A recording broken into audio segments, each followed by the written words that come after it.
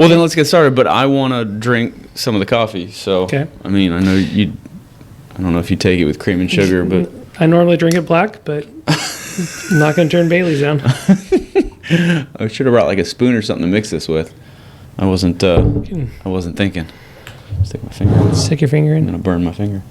Ooh, yeah, that's hot.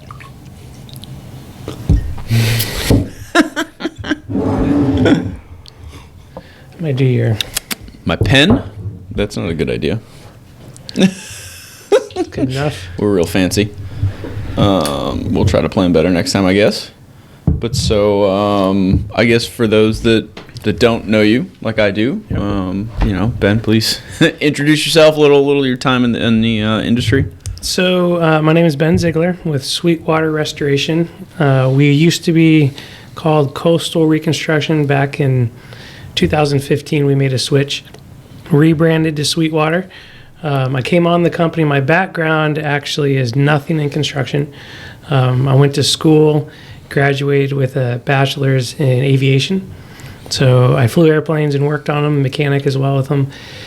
And then my wife and I were looking at moving down to Jacksonville back in 2005, 2006. And Don Brewer, who owned Coastal with his partner, business partner at the time, offered me a job selling. I never sold. I sold a little bit growing up with like high school jobs, but never really sold anything of substance. So said, yeah, we want to come down to Jacksonville. I'd love to take the job. It took me a little bit to think about getting out of the aviation industry. I did not want to go fly for the airlines. Kind of wanted to fly more corporately as well as just personally. And the corporate flying back during those years, everyone was selling their jets and everything. And so it was not as prevalent on the work side. So started working for Coastal, was handed a laptop, a Ford Explorer, and told to go sell something. No cell phone, because they didn't have those I did back have then. a cell phone. I did not have internet on it, though. Probably paid a nickel per text, too. Yeah. So that was really kind of a quick learn on understanding the apartment industry. Really didn't do any work in the apartment industry. I framed houses a little bit in college, and that was my construction experience. So very quickly learned that this whole industry is based on relationships. So that was really neat to kind of see you build these relationships. People I still work with. I mean, I think of Tracy Williams. I've worked with her for years and years and years, and I've told Tracy I'll go anywhere in the U.S. for her. I mean, she's just a great person to work with. Understands both sides of it with what they need to do on the operations side, and then what we need as a contractor. So great relationships like that. We've worked with 15 years with people. So got me into that side of it. I've flown across the country 3 times. My last time was back in Osama bin Laden was killed. That weekend was my brother and I flew up to Alaska from Michigan. So that was a lot of fun. Have not touched an airplane since then. Oh, wow. Okay. Yeah, so took me about 7 years to be able to start looking at aviation magazines again. So I miss it a lot. Hopefully one day we'll get back into it. But construction has just been an absolute blast to be in. Every day is different. Disaster restoration's great because, I mean, no loss is the same, and it takes us all over the Southeast. Yeah, I'm like itching to get into some of those stories, but I also think it's worth mentioning. I mean, you were in 15 years, you're now the vice president of sales. I mean, yeah, so when the split happened, I kind of moved into that position. We have such a great team of guys with estimators and sales guys, and I mean, I literally work with the guys I go on vacation with. So it's a great group of guys. All of our wives are friends. Again, everything we do in business is relationship based. So it's been great working for a company that understands that and sees that and really values each other outside of work. Yeah. Hey, I mean, that's awesome. Like I said, I mean, obviously you've been in the industry a while and did well from someone that, pretty much had no sales background. Yeah. And, you made pretty far well known. I mean, obviously I know you're on the board too. You're on the board here at the Apartment Association with me. Yep. We've served, 3 years now? Something like that. Together? I don't know. You've probably been a long Try not to count. Try not to count. So after, a rough day or a real challenging disaster, is there a go-to or a favorite drink of choice? So I like bourbon a lot. Scotch, I'm not Scotch is okay. I prefer the bourbon, the whiskey. We do have it on Fridays in the office, so you should swing by sometime on Friday. Nice. Come in the morning, have some coffee with us, or come in the afternoon. We can play some ping pong and Can I get like a bourbon. part-time job and only work Fridays? Sure.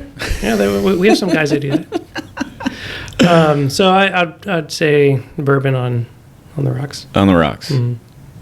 The gentleman's cube. I like the cube. Okay. I've done the ball. I don't like the ball as much as the cube. Yeah. Cube's where it's at. Okay. You want to talk a little about what we're drinking here? Because I don't know if it's on camera or not. I think it's probably in the beginning. I don't know if I drink my coffee probably black, and you've today. had to add a nice little creamer to it. Appreciate that. So we have, some people know this, we started a coffee side of our business about a year ago, and it came out of just our company's love for coffee, and we have it in the office all the time. And one of my best friends from college, I remember roasting coffee with him in his basement 20 some years ago. We'd be literally drinking beer, smoking cigars, and roasting coffee in a popcorn popper that he converted. And so he, about a year ago, I reached out to him and said, hey, we want to start private labeling some coffee and just want to talk to you about that a little bit. So he was flying all over the world getting coffee, and he imports it directly from the farmers, builds a relationship with them and everything. And again, I said relationship. I mean, everything with coffee, which is why I love it so much. Builds the relationship with the growers, and then imports it, and then he roasts it and sells it in Chicago. And so we've gone through some R&D on some different beans and stuff, and our main blend that we have is called the Black Badger, because we're moving to Badger Avenue coming up in about 6 months. We're in the middle of a build out down there right now, off 210. So that's our staple coffee that we have throughout the year. We have that. We always have that in our office and everything. And then we do specialty roasts maybe like 3 of them a year. And during the hurricane season, we did Storm Surge. And so that was a one bean. It was not a blend. It was a one bean that kind of a special run bean. Won't be able to get it again. Once it was out, it was out. So that's done. People really like that. Then we did Blintson's Brew this year. And so that's our Christmas blend that and kind of spoiling what I just gave you a second ago, but we have a box that has some cocktail recipes with the coffee. Oh, is that? You can open it if you want. Yeah. So I got to admit, you're the first one to bring me a gift on the podcast. So thank you for that. You have to share it with your wife now. Here's what we're going to do. I'm not, and we're going to find out if she watches these things. Okay, that's good.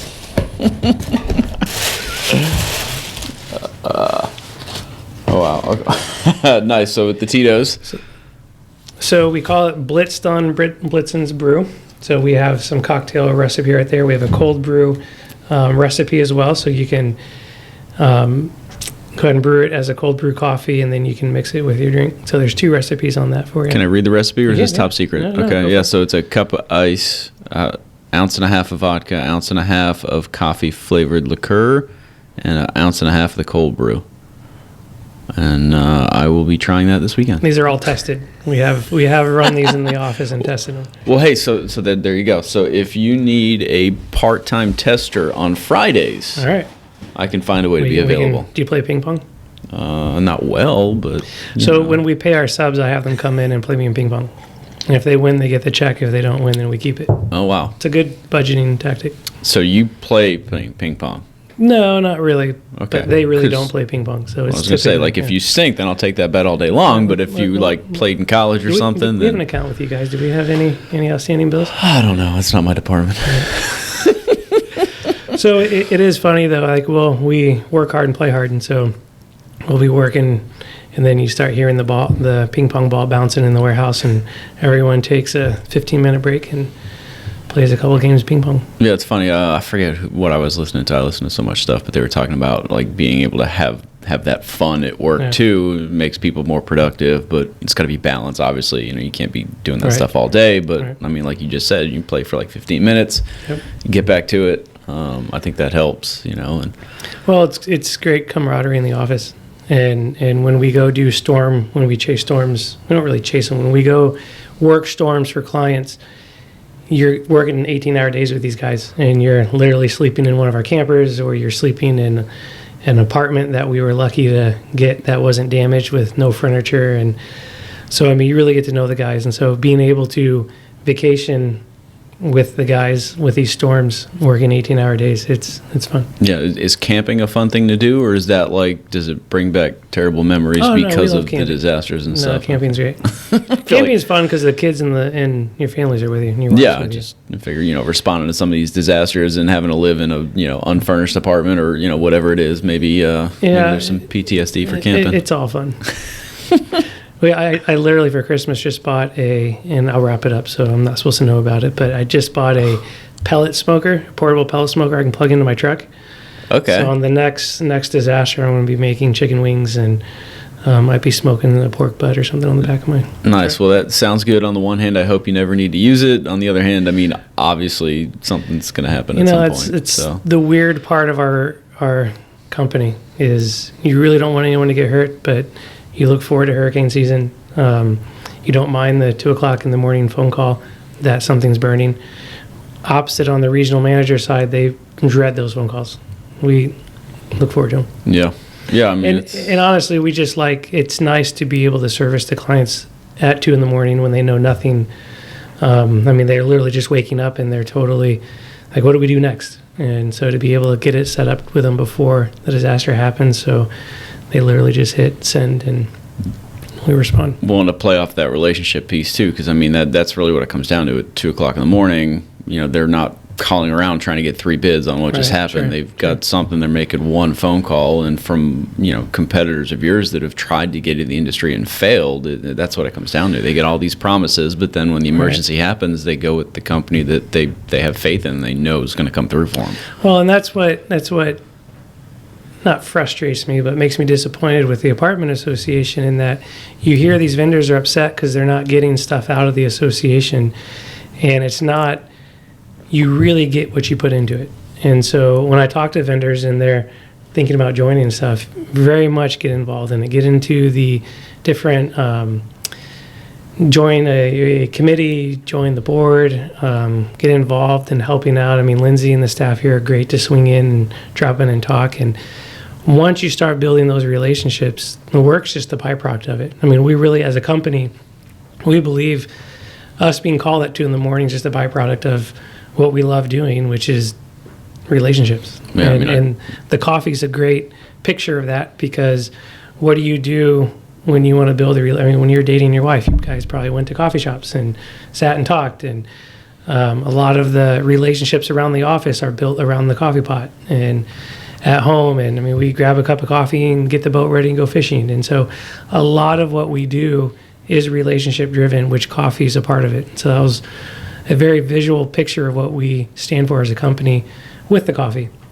Yeah, so it creates good conversation. I think it's cool, and it is. It's very much a relationship industry, and I mean, yeah, like you said, you want to have to talk to somebody, go meet for a cup of coffee. Right, I mean, it's or if you're bored and want to go see what's going on, go sit at the coffee shop and eavesdrop. Right. It's entertaining.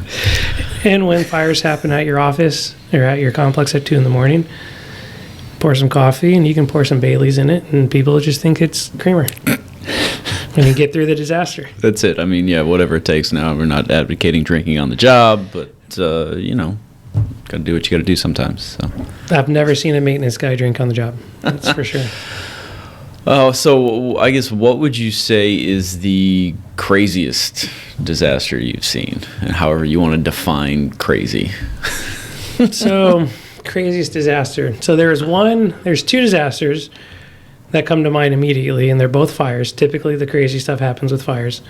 We got a phone call of a client here in Jacksonville. This is off Townsend, and it was an apartment fire that was about a little over $1 million fire. This was maybe eight years ago or so, and the boyfriend was upset with the girlfriend and threatened to burn her apartment down.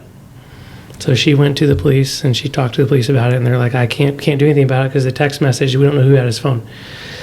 And so she goes back, and as she's going back to her apartment, there's fire trucks and police cars in the community, and she pulls in, and sure enough, her building's on fire. Oh, my God. And then she gets a text back from saying, I told you I'd burn it down. So then she shows that to the police there, and the police are like, we still don't know if it's him. Can you call him on speakerphone and let us hear it? So she called him, and he totally talked about it on speakerphone and got arrested. So that was crazy. Another one we did was a guy was upset. It was a condo off gate. He was upset with his wife's relationship with the neighbor, I guess. They were best friends or something, and so he literally drove his truck through the neighbor's back porch and lit his truck on fire. Oh my God. So, okay, well, so two different things, right? But so you said fires are really common. Yep. The maintenance guy or I'm the property manager that's on call. I get that phone call. Obviously, fire department's going to come and they're going to put the fire out. But then, like, I mean, what do I do? I mean, like, what should I do to prevent further damage and to, you know? Sure. So the number one thing is take care of the residents. I mean, the building can get repaired. The residents, I mean, they're going through a very traumatic time. They've just lost everything. I can tell when I walk up on a job if people have renter's insurance or not, because the mood of the job is completely different if they do or don't. And so help the residents get through this difficult time. I mean, we were up in Tennessee during a tornado that went through and damaged 195 units at a 250 unit property. So it looked like you're in Afghanistan. I mean, it was crazy, like 2x4s sticking out of cars. I mean, it was nuts. And so the property really focused on the residents and took care of them. And so understanding that this, I mean, we've been in the industry a long time, and you can get callous to situations and callous to people and kids not being watched, and just the difficulties that the apartment management teams go through with residents at times. And so just being patient and really being able to take care of them and help them get relocated. And if you have a relationship with a disaster contractor, let them take care of the building. Let them take care of the fencing, the boarding, the making it safe. You do want to protect the asset from getting, for the liability side, especially with kids, because all these kids on their properties are not supervised, right? I mean, I've seen lots of kids getting into things, and so getting the fences up and getting it secured is really important just for the safety side of it. And then you're required as an owner to protect the asset from further damage. And so that's tarping and securing and water extraction and demo that's necessary. And so if you have a contractor that you trust that understands that side of it, let them handle that while you're focused on the residents and focus on getting them moved. And if you're lucky to only have a couple units damaged, fairly easy to move them. But if you have a 20-unit building damaged, or if you have 13 of your 15 buildings severely damaged from a storm, it's really stressful getting people out and getting people moved, and so forth. Yeah, I mean, obviously, if you only have a few and you have vacant units, then, I mean, there's some possibilities there. I know there's property insurance on top of renter's insurance. Does the property insurance you typically cover, like, housing people in hotels and that kind of thing? That's a good question. So I just had this conversation with a client the other day. They were moving the tenant stuff out. Well, the property insurance typically does not cover anything tenant related. And so they can move them out and clean it and store it, but there's a lot of money involved. I mean, I've seen laundry bills on clothes that are like 8, 9, 15 grand on stuff. And so that gets really expensive. And so we recommend obviously having tenant renter's insurance, because I mean, it's only like $30 a month for it. And yeah, I know some companies mandate you have to have renter's insurance. Right. Well, and that was a thing in the industry when they started bumping deductibles up to like $100,000.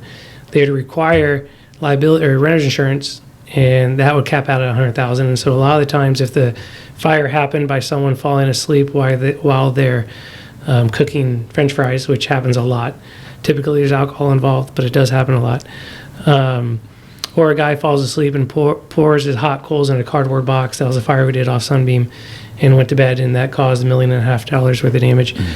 But that allows the property owner to get their deductible recouped, which is a little bit of there's caveats with that, because it's going to be shared with other residents that are claiming damage as well with their deductibles. But so that renter's insurance is really important for that reason, is they move the tenant stuff out, clean it, and put it back in. And what happens is, if you don't clean it and you put soot, stained or spoiled stuff into one of your new apartments that you're relocating them to. Now that smells. Yeah. So that whole process is an important process. Yeah, when I was in maintenance, we had a resident that, I don't think she was drunk, but she was on something, and she put some oil in a pan to make some chicken and went in the bedroom and never came back out. It didn't catch fire, but it did. The pan caught fire. It burnt the microwave and the cabinets above it, but we were able to put it out with a fire extinguisher, but it smoked out the entire apartment. And Sure. I mean, just getting the smoke out alone is quite a project. And grease fires are different, and what you can use to put them out is different. And documenting, I really encourage the maintenance staff to document everything. I mean, when they go in, take a lot of pictures. We had a loss that the lady, this was 10 years after loss. The lawsuit was still going on. I guess she got burned or whatever in the fire. They were suing for some reasons, and their attorney was involved, saying that the pan didn't have a handle on it. And so she picked the pan up with no handle on it and burned herself and dropped it, and that's what caused the fire and so forth. Well, no one had a picture of it. This was 10 years later. Mm-hmm. So they called me about it, and they said, this is a long shot. Do you have anything? So I pulled up one of our hard drives.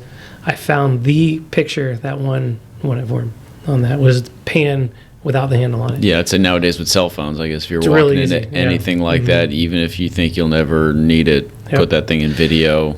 Yep, for sure. And even documenting what the temperature is in the unit. Is the AC on or off? I mean, people complain about mold being in their units.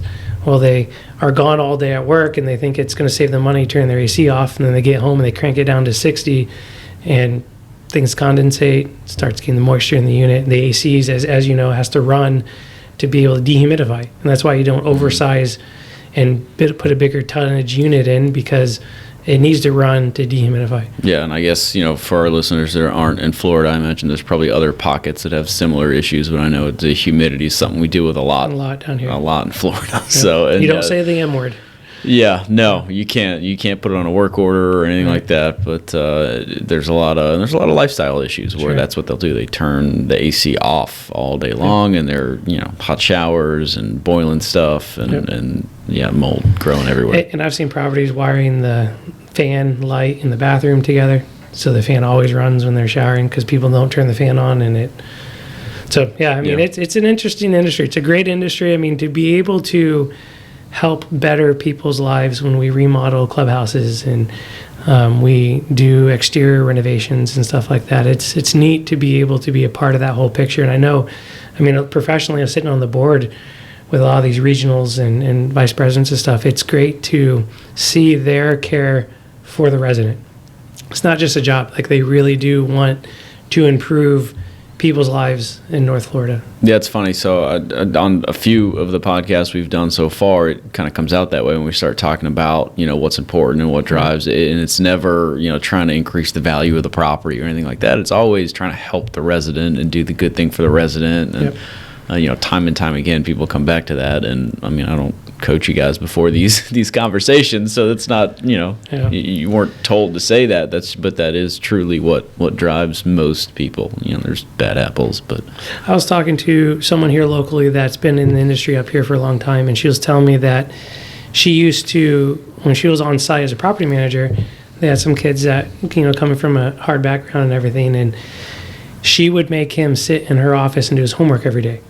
And she's like, I didn't even think the kid liked me. Like, she would push him to do it.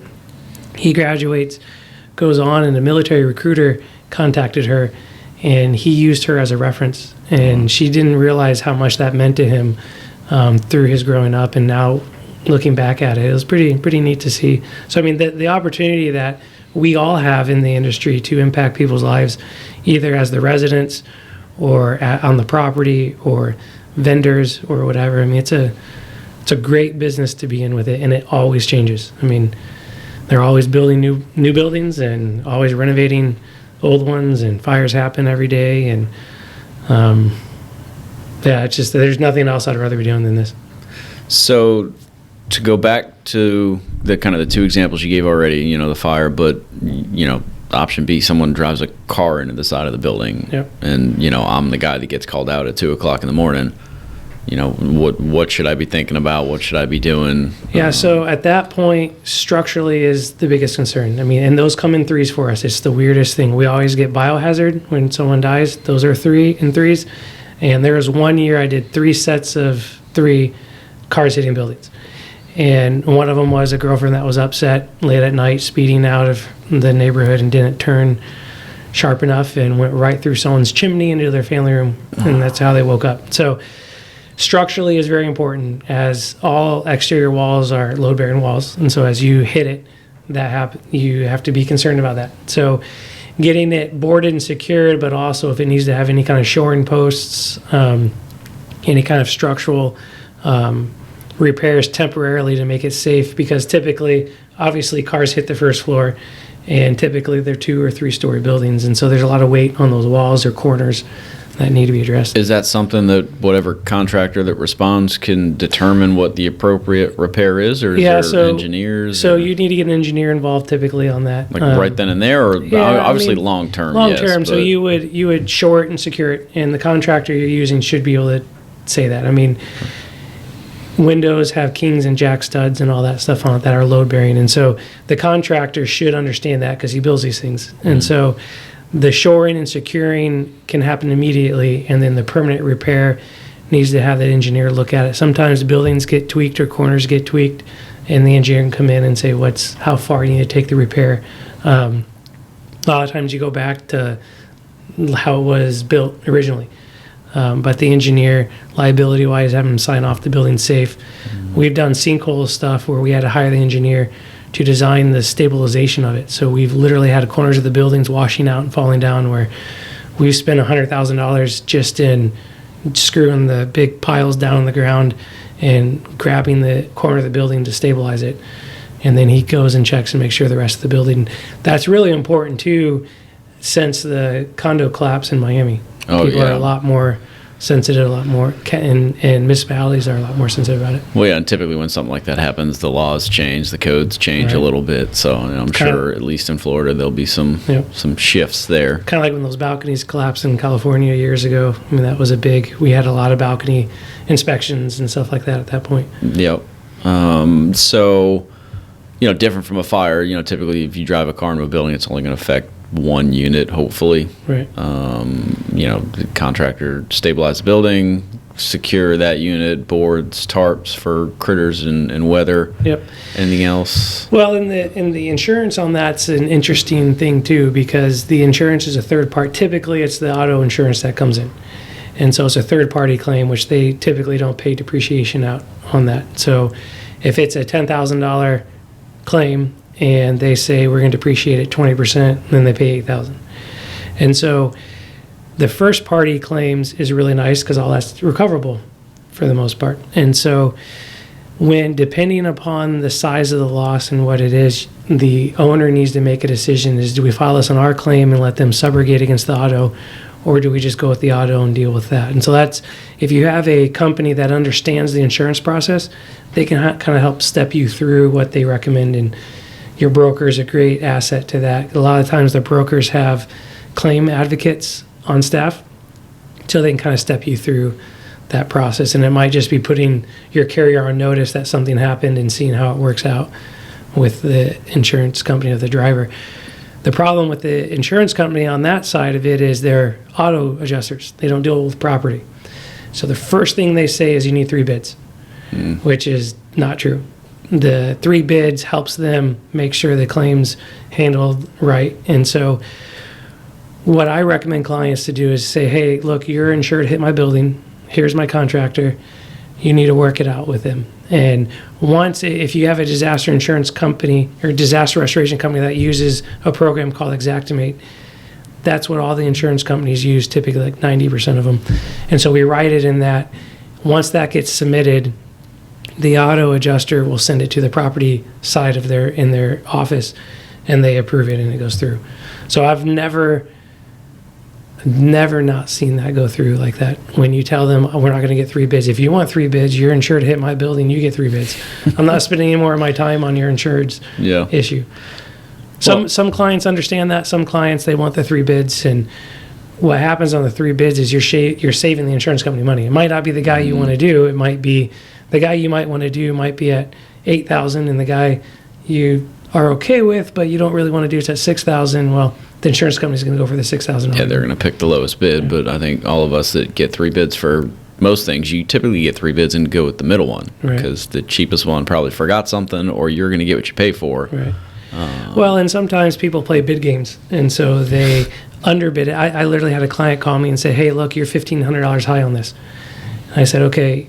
And we had a great relationship. So I said, okay, you want to show me the bid and let me go through it, and we'll compare apples to apples on it. And so as we're comparing it, I'm like, hey, he's missing this electrical, and this. Ask him to add that, then let's go ahead and compare them. And once he added it, we were cheap. Yeah.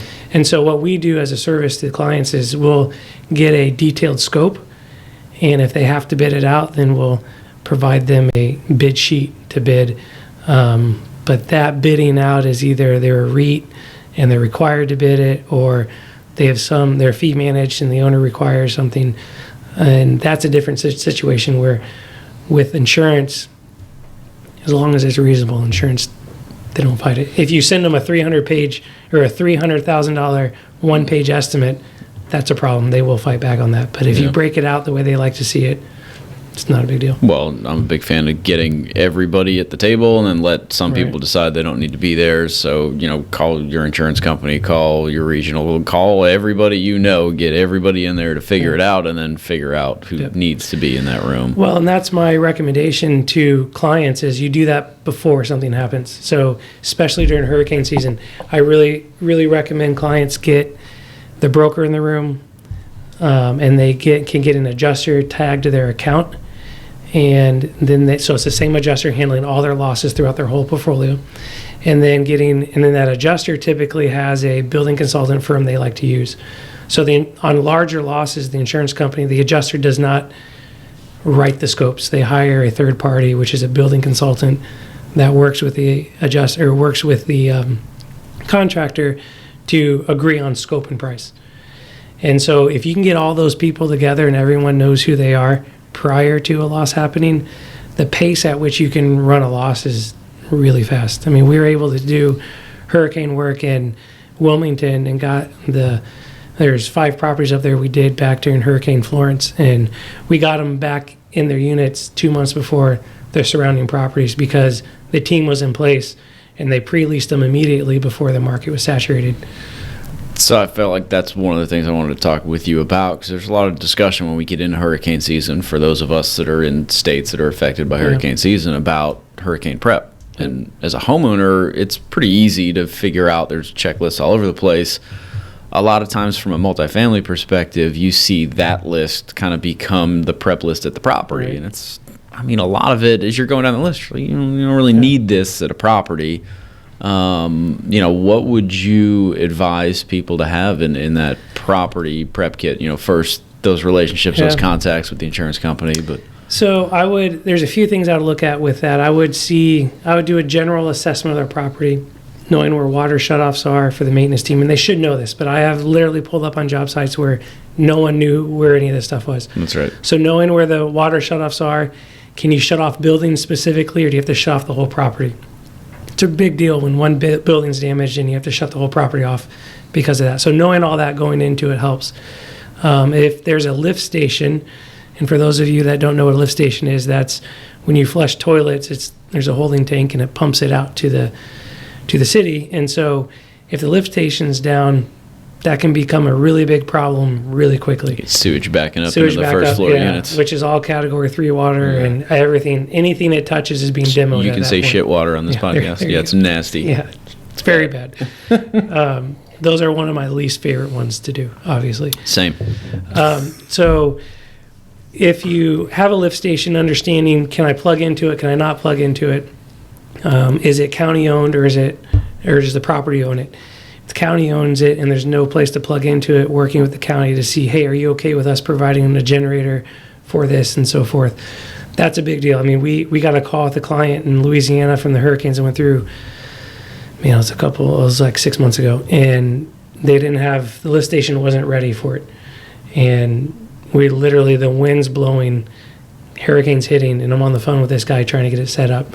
We were able to get it because of relationships, which is really hard to get generators during storms. We were able to get a generator dropped within 24 hours, which was crazy. And they had an electrician that was able to wire it in. Awesome. It's a lot easier if you can just drop it and plug in. Yeah. So knowing that stuff beforehand is a big deal. And then tree trimming, first of the hurricane season. I mean, I like to have it.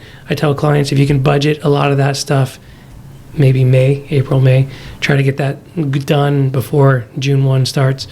Knowing where you're going to put your pool furniture, having a team in place of, okay, 72 hours out from the storm hitting, what are we going to do?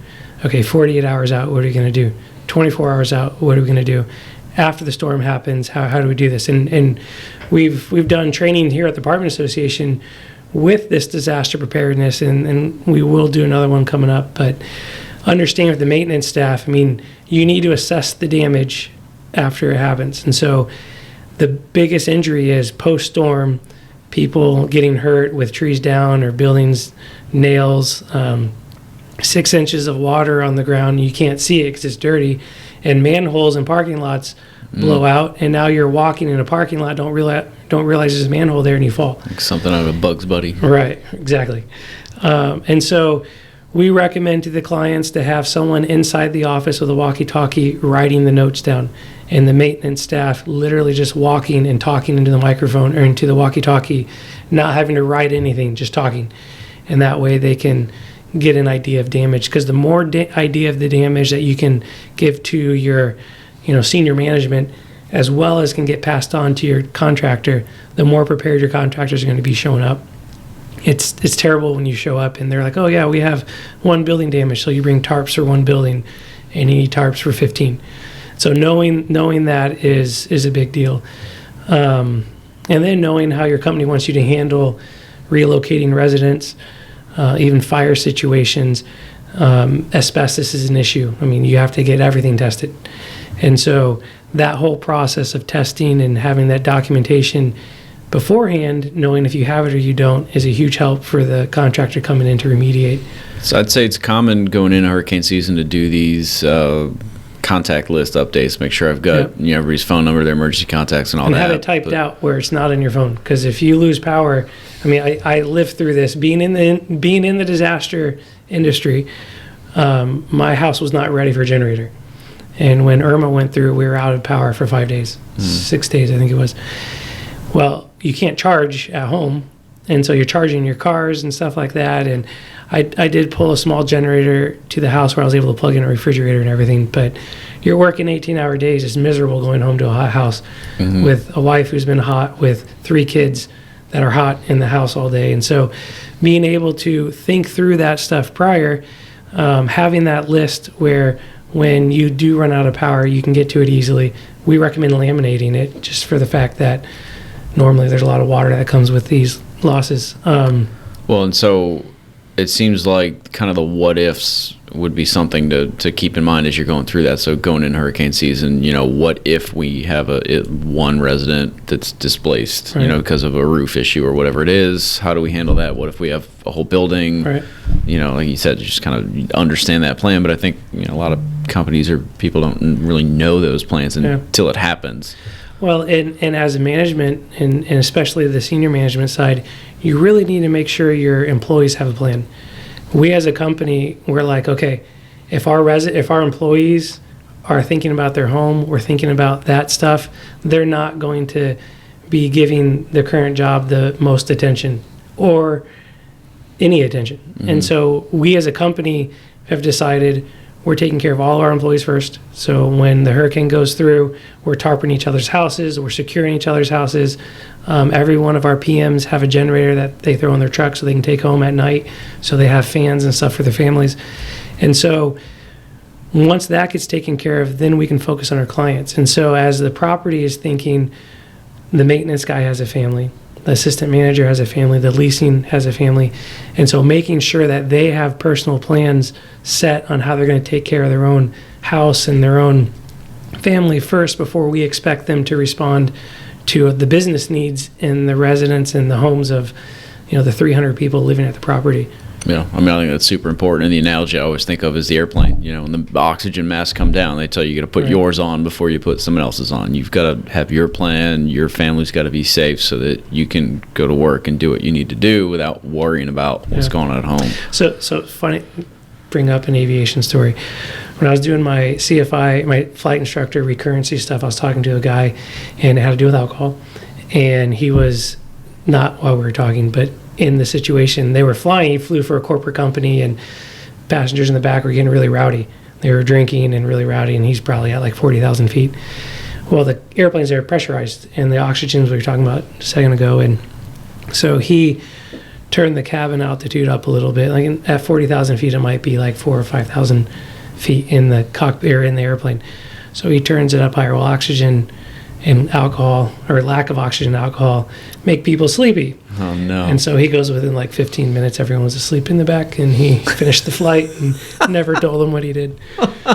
So pretty funny. But yeah, so you really do need to take care of yourselves as you want to take care of the people entrusted in your communities. Yeah, no, absolutely. I mean, it's like you said, take care of the people first. But that needs to be championed by the leadership team. Well, that's it. Because the property is in the thick of it every day. I mean, those maintenance guys, the call loads that they carry, it's not a lot of time for them to be thinking about all that stuff, especially when a storm's coming. Well, and in the middle of that storm, when the roof blows off or whatever, if you're trying to get a hold of your regional or whoever it is that you're trying to ask these questions, what do I do questions, and they're in the same storm you are, you might not be able to get a hold of them. So, well, and having, what do you want me to do if I can't get a hold of you? Can we engage our disaster company right away, or does that have to go through a regional prior to that being engaged? And kind of knowing the company's protocols, big deal with all that. Yeah, I mean, it seems really cheesy, but we're in the military. We used to run drills constantly, and that seems like a normal thing for the military. And I mean, they'd pretend something was broken and see how you fix it or go around it, and it almost seems like that needs to happen for this sort of thing. Like, okay,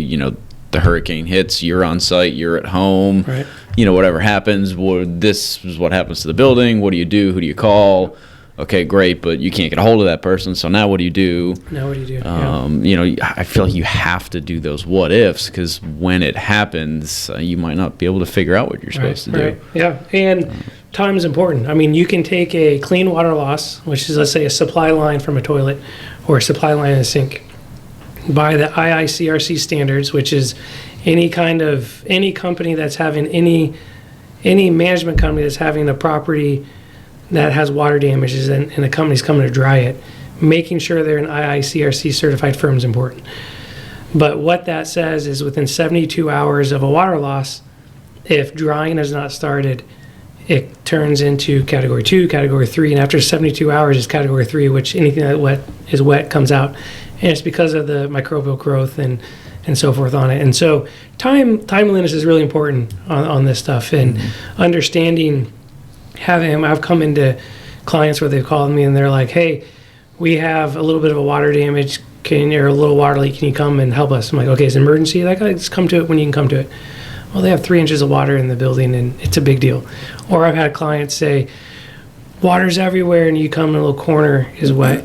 So understanding what you're dealing with and then communicating it to the dry out company or whomever you have coming so they can bring the right amount of equipment. And there's a whole science behind it with the cubic volume of the unit and how big the dehues are and how much air they dehumidify and the fans and so forth on it, and how long it takes to dry. Well, and for any of the lucky listeners that haven't dealt with a fire, what a lot of times gets overlooked is that after the fire, you usually have a flood because of the amount of water they use to put out the fire, especially since that always happens on the 3rd floor. Yeah. Or if you have sprinklers.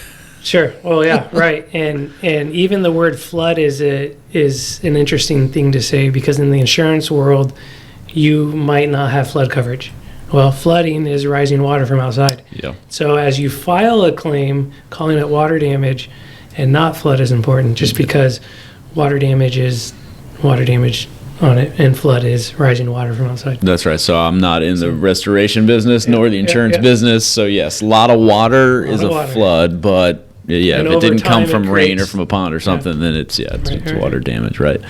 There's one last thing on prep kits. So with the different disasters you've seen, fires, floods, whatever it is there anything that comes to mind that you've kind of responded, after something's happened and been like, man, if only they had whatever, this might not have been so bad? Or yeah, the biggest problem I see is indecisiveness. So it's people making a decision and needing to make a decision to allow us to move. There's been a lot of issues, and contractors have a bad rap in the industry anyway, especially during hurricanes.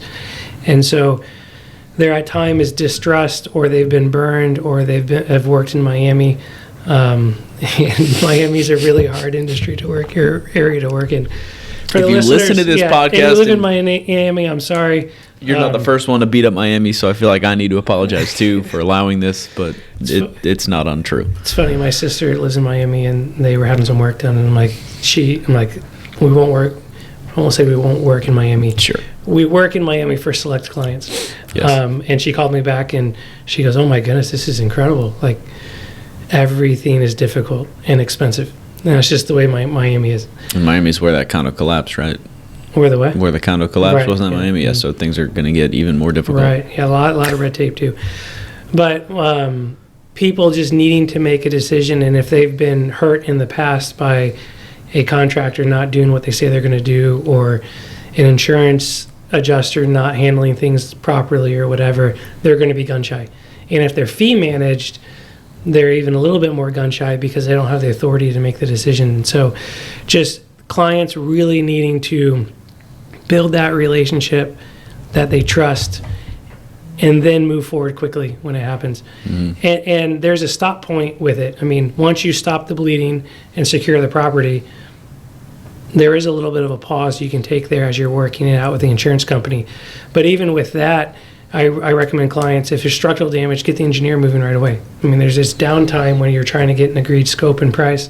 Get the insurance company, or get the architect moving and the engineer moving, so you're not having to do that in 3 weeks, and you've lost 3 weeks now. Yeah, I mean, like you said, there is some relief when the damage stops, but at the same time, you're not collecting rent on that unit, so at some point, that becomes a form of damage. You need to get that done. Well, and people say, I got business interruption insurance, which is good if you're fully occupied. If you're not fully occupied, I mean, there's a whole calculation they do with vacancy and stuff like that. So you can have a fire, have units that are down, and you get no business interruption. Yeah, I mean, it seems like, and I know some people play the insurance game, but I mean, it seems like the insurance is there to help, when there's a problem. But if the problem is you're dragging your feet. Yeah.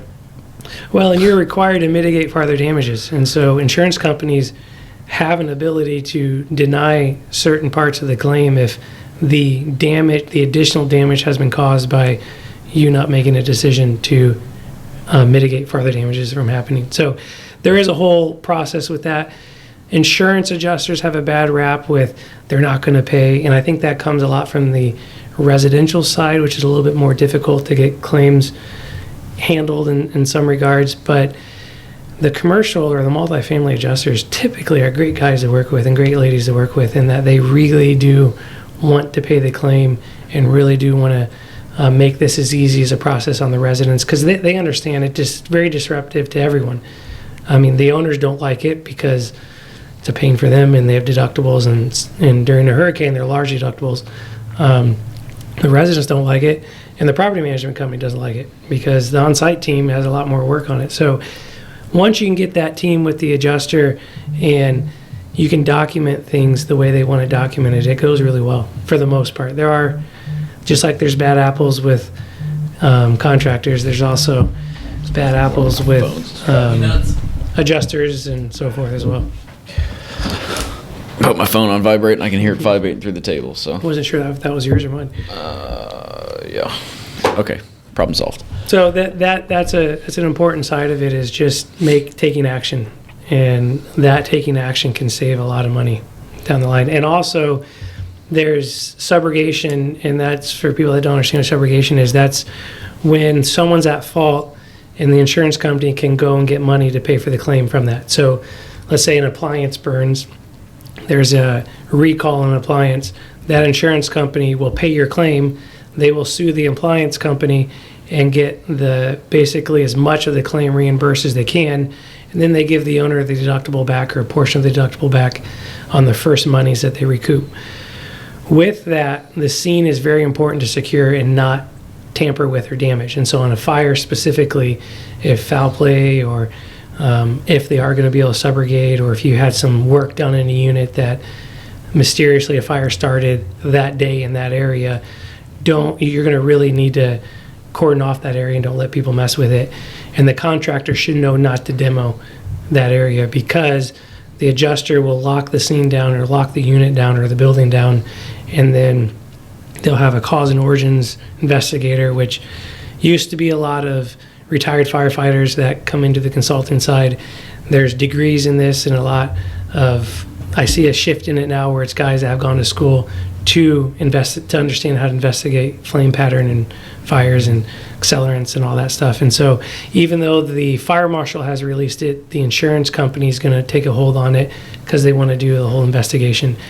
And if it's a 20 unit building and you have 20 units of renter's insurance, there's 20 different investigators that will be inspecting. So they normally have a joint inspection to get everyone on the same page prior to demoing. So make sure before any repairs start that you've got clearance from even demo. Yeah, everybody. It's hurry up and wait. So you hurry up, secure, stabilize the asset, protect the asset from liability and from getting damaged farther, and then get some additional direction from the adjuster. Okay. And I kind of have an opinion on this, so maybe you already answered it and it was in line with what I thought, but what do you say is like the most common disaster that you see? Fires, probably. Yeah. Okay. I mean, fires is really common, and sprinkler systems are great. I personally don't like them a lot because they put the fires out so quickly. But they cause water damage, which, I mean, I would rather a building not burn and have water damage than it be structurally burning and someone can't get out of the building. And so, I mean, it definitely saves lives. But fires happen a lot. I've done fires where it's a $5,000 fire and a $200,000 water mitigation repair bill. And so that whole side of it just kind of depends. But we do a lot of biohazard, unfortunately. That happens more often than what I even understood before I got into the industry. I never thought fires happened as much as they do, but they happen all the time. I mean, we probably had $6 million worth of fires come in 30 days. So last little bit. From a personal perspective, I watched this guy, none of that matters, but he was talking about home safety, and says that, you know, you have kids, when they're old enough, when you take them out back, build a fire, make s'mores, and then when you're done, you've seen the same guy, you know who I'm talking about? Is that why you're smiling? No, okay, because he's hilarious. Kids that love fires. But I mean, after you make s'mores, which is something we all do with our kids, get one of them $15 fire extinguishers from Home Depot, have them pull the pin and put it out with a fire extinguisher, and then keep them around the house. Because I mean, the odds are not in your favor. I mean, it's likely that there's going to be some sort of fire in the home, and why not also have your kids understand how to operate a fire extinguisher, just in case you're asleep and they wake up? Or it's a very good, I mean, that drill to do as a family and having ideas as a family on how to handle this, where to go, how to get out. Once you're out of the house, where to meet.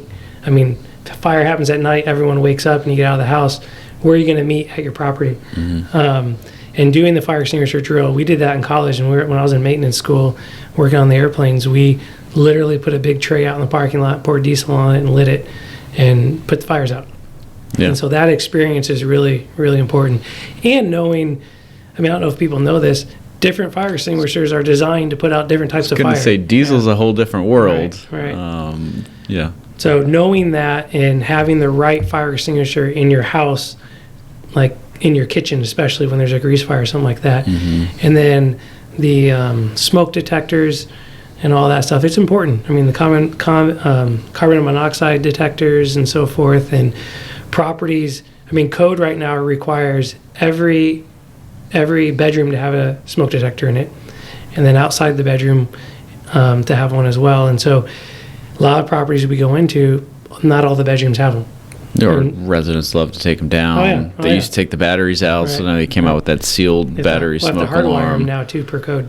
Okay. So they're literally, they're hardwired to the building now. Yeah, it's that's so the one of the fires I dealt with, that lady that fell asleep and none of her smoke alarms went off, and we went in after the fact and not a single one had a battery in it. Right. They'd taken the batteries out of all the smoke alarms. Yeah. It's like, I mean, you can't be mad that the alarms didn't go off. Carbon monoxide kills you quickly. I'd like to get your opinion on, because I imagine a good number of those fires are probably kitchen fires.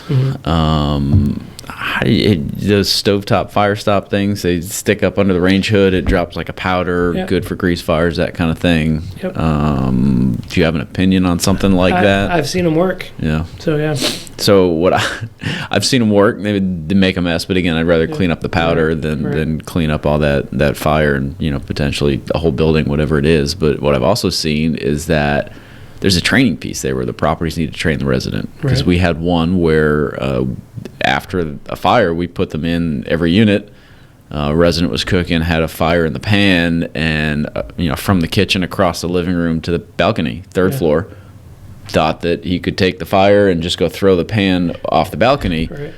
They had the fire stops, but for those that don't know how they work, it's like a candle. There's a wick on there, and that wick has to catch fire. And once it does, it puts the fire out. Right. But there will be some flames. So he didn't know that was going to happen, panicked, grabbed the pan, ran about halfway through the living room. It burned his hand, and he dropped it. And there goes the building. So fire stops are a great thing to have, I think, but you need to know, you need to make sure your residents know that they're there and that's how they work. Well, it's a very inexpensive safety tool on it to put those in, fairly inexpensive anyways for the cost of it not being controlled. But yeah, the education piece on it's a big deal. Yeah. And understanding, having a fire extinguisher in the kitchen, and I think that's required by apartments to be able to have that or to provide that. At least here. Right. And then the fire stops. And what we've seen too is there is a company that makes a burner that you can retrofit your coil top ranges with that doesn't get hot enough to ignite a fire. It cycles on and off. It's got an internal thermostat. Well, and a lot of the appliance manufacturers went to that on the new ranges in the last couple of years. Residents hate them because they don't get as hot. It takes like 30 seconds longer to boil water, which isn't that serious if you ask me for what you're getting out of it. And you see a lot of maintenance guys that they'll get that stove and they'll call me and hey, I want to get the old burner to go in this stove. I'm like, okay, I'm gonna tell you can do it. Whether or not you should do it is a different story, because it's designed to not have a fire. Just imagine you put your name on the work order that you changed out that burner, and then there's a fire and God forbid something bad happens. I'm not sure that was a good idea. Right. Well, and that's why you see code requires us to have arc fault breakers on every breaker now. It used to be just in the bedrooms. Bedrooms. It's every breaker now. And we hate them because you put a vacuum cleaner in and it trips it. And so we have guys that they pass inspection and they're like, get the arc fault breakers out of here. I'm like, well, we can't do that. I mean, whatever you're going to do outside of us. But yeah, I mean, it's I hate arc fault breakers, but they're code, and you got to comply with it. Safety. Yeah. Thinking about fire sprinklers too. I mean, I was sitting in a property manager's office, and they had probably 20 plus buildings, but one of the buildings had been burned and rebuilt. And when they rebuilt it, they built it the current code. Right. So one building had sprinklers, none of the others did. In the AC closet was a sprinkler head. Maintenance guy was changing out a coil in the air handler with a torch. Yeah. Used to doing it in all the other buildings that don't have sprinklers. Right. And here we are in the office, and he comes running in soaking wet.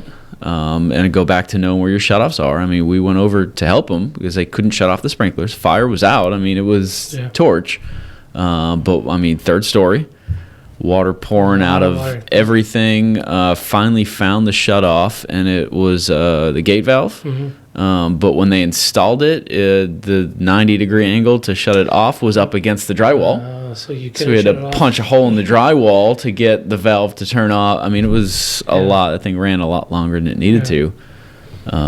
Just think about, you got to know where your shutoffs are. Right. And know that you don't hang hangers on those, and they are heat sensitive. And up north, so down here we don't put glycol in the system. Where up north they do, so they don't freeze. And so in the mitigation side, that's a little bit of a different situation up there. than we have down here. Wow. Then they have some dry heads up north where the water's pushed back into the actual heated and cooled part of the building, and in the breezeway it's a dry head, so once it hits and then it goes. So I mean, there's a whole up north is, and we've done a lot of disaster restoration work. I have never done a snow collapse on a roof collapse. I've never done a bomb or explosion, and we've never done earthquakes.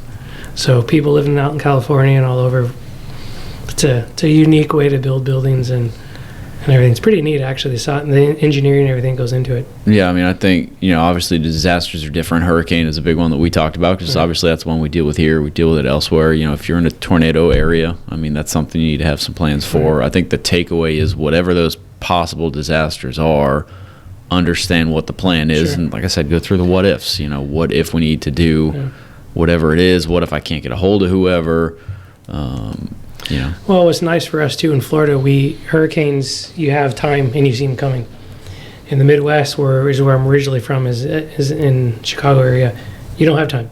I mean, we had alarms that would go off with tornadoes and everything, but tornadoes are different than what we experienced with hurricanes. And obviously, those tornadoes that went through, and I think it was on the ground for like 180 miles and so forth. And I mean, we've been down the villages, and I don't know if you ever have been down to the villages. We won't ever go back to the villages. It's a very unique area. But when we were down there during the tornadoes years ago, I have never seen a Corona vending machine on someone's back porch pulled out of the porch and thrown across the yard, and then a hummingbird dish in the same porch, not touched, undamaged. Wow. And just tornadoes do really weird things with the wind and the way they hit. I mean, when we were doing the tornadoes it was about a year and a half ago, up in Tennessee, I mean, just seeing the devastation that they cause and how they rack roofs and blow windows out and throw 2x4s through tires and cars and tweak garages. I mean, literally you see garages completely racked and everything. And then the property right next door is fine. Yeah, it's weird. I'm happy that it's not something we deal with that often. I mean, occasionally we get the crazy thunderstorm and, a little, but it's... Or the hurricanes spin off a bunch of tornadoes and stuff. But I mean, it's nothing compared to some of those massive... I mean, none of us have tornado shelters. I mean, it's not, it's... you can definitely get unlucky here, but it's a lot more common in other places. Well, and I also encourage clients of ours to have kind of a hurricane kickoff party, and no one thinks about these emergencies and everything until hurricane season, and it's on everyone's mind. And so we encourage them to use that time with the residents to maybe have a barbecue at the pool or something, and they can pass out some information and talk about fire safety.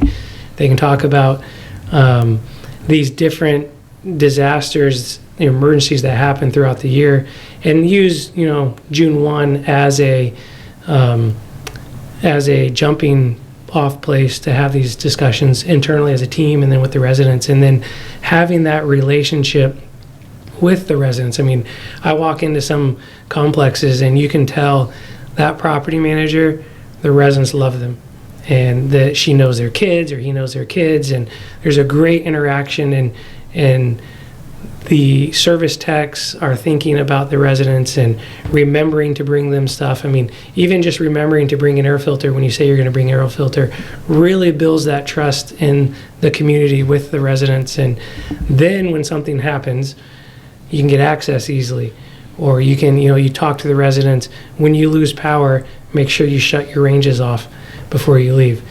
Because when you lose power and they leave, ranges are still on, power gets turned back on, and now you have pots of food on the stove that now is a fire hazard for your buildings. And so that's some of the training that you talk about with the residents on that meeting, and addressing stuff, fire safety with kids. And you can play, you get online, and we've done this in years past where we've created little like game sheets for kids to have, for families to talk with their kids about, so forth. So being able to do stuff like that for your residents, I think, protects your asset for one thing, and it also allows them to feel more of the community, more home in the community with the management team and so forth. Yeah, it's a really good suggestion. I don't know that I've seen it done either, but people are always looking for, new resident function ideas. I think you could have a lot of fun with that. I think kicking it off at the beginning of hurricane season is a good place, but I mean... We've seen, this was in Texas during Hurricane Ike, I believe it was. The complex it was like a 6-story building that was in a square with the pool and everything in the middle. And they all lost power, and all their food was going bad. So they had gas grills. So they literally, everyone brought their food to the pool area, and they cooked out, and everyone just hung out at the pool and shared food. And it was a neat experience for them in the beginning of it. And you can tell a management team on site can cultivate that type of community with the different residents by doing functions and stuff. Yeah, I mean, I think that disaster function is a good idea. I think there's probably a few vendor partners that'd be willing to hop in on that and give you some material or some advice. We've provided lunch for stuff like that. I even think of make s'mores for the kids. Have a couple, because most of those communities will have a fire extinguisher in the kitchen. So get a couple of the extra fire extinguishers and either demonstrate how to do it or let the kids do it and give it a squirt. And you could probably get a couple kids on one. Just from a cost perspective. And even not even putting a fire out, but letting them spray it outside and not scared on what happens when you actually pull the trigger. Well, so I'll tell you the one that I dealt with where the lady fell asleep, she actually bent the handle on her fire extinguisher. She didn't pull the pin, she squeezed the heck out of it and bent the handle on it. Yeah. And that's just, it's military training, right? They say that train how you fight because you'll fight how you train. Right. Muscle memory and when panic hits, you just react. You don't think. And so I mean, if you can get kids or even adults that have never used a fire extinguisher and give an opportunity to play, you probably get with your fire extinguisher company and find some that are out of service. The ones that they're about to retire. They're charged. They just didn't pass inspection and blow those out. Or I feel like it's a really good idea, and I'm surprised that I haven't seen someone do that event. Yeah, and it's really a great event for us to do here at the association too, with the maintenance guys. Because how many maintenance guys have even done something like that? Yeah. But so I mean, I think with all the industry, and this is again why I love this industry so much, is to be able to have those relationships with the local affiliate of the apartment association, which Lindsay and the team here is great. I mean, they can't hear you. They can't hear us. Good. That I can really talk about them.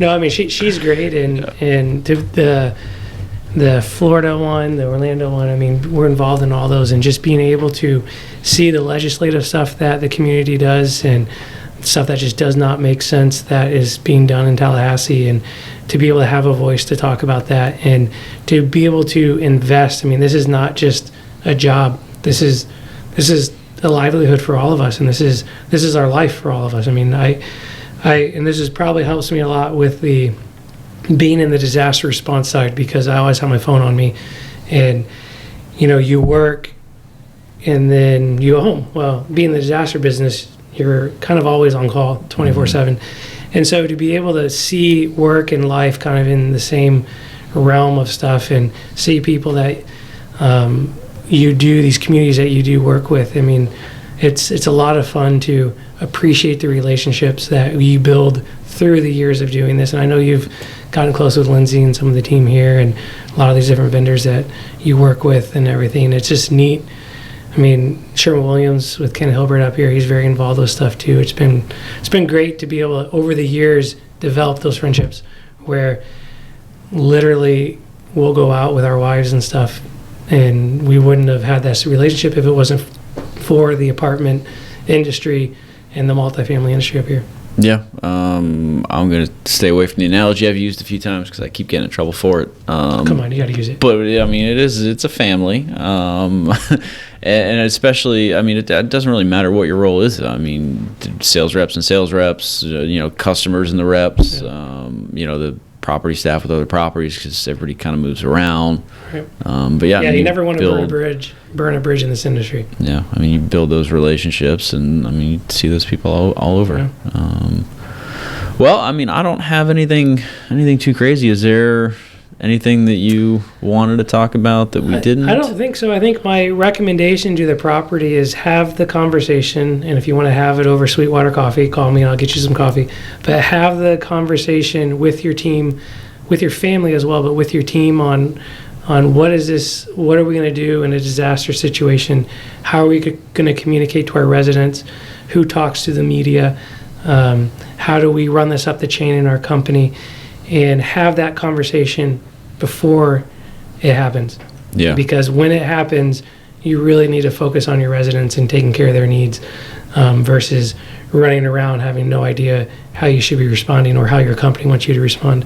Yeah. Education is a big piece. I mean, we as a company and as an association strongly focus on education. I mean, every apartment association in Florida and really from NAA on is all about education. And we as a company really believe education is the key to really anything that we do. Because if you don't understand what you're doing, then probably not going to do what you need to do correctly in the moment. And it's a lot easier to think through it and learn from it before you make a mistake than learning from it during the mistake. Typically a lot less expensive. Well, I think, know the plan, understand the plan, because if the middle of the disaster is the first time that you're reading the plan, it's probably not going to help. Yep. And trying to build that relationship with your team or with your vendors when the wind is blowing is a really bad idea. Yeah, and for the first one that does the disaster resident function, I'd love to hear how it goes.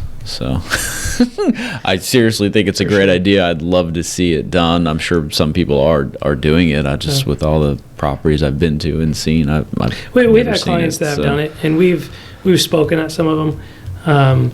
We really like getting the whole team together of the different management companies together and to be able to do a training with them on that. And I know we've done them here at the Apartment Association as well.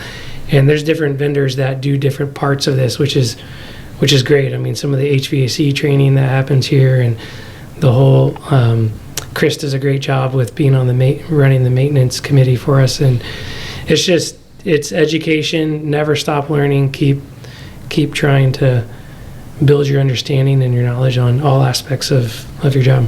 Well, that was insightful and deep, and I'm going to leave it at that. All right, sounds good. Thank you, Ben. Merry Christmas. Merry Christmas.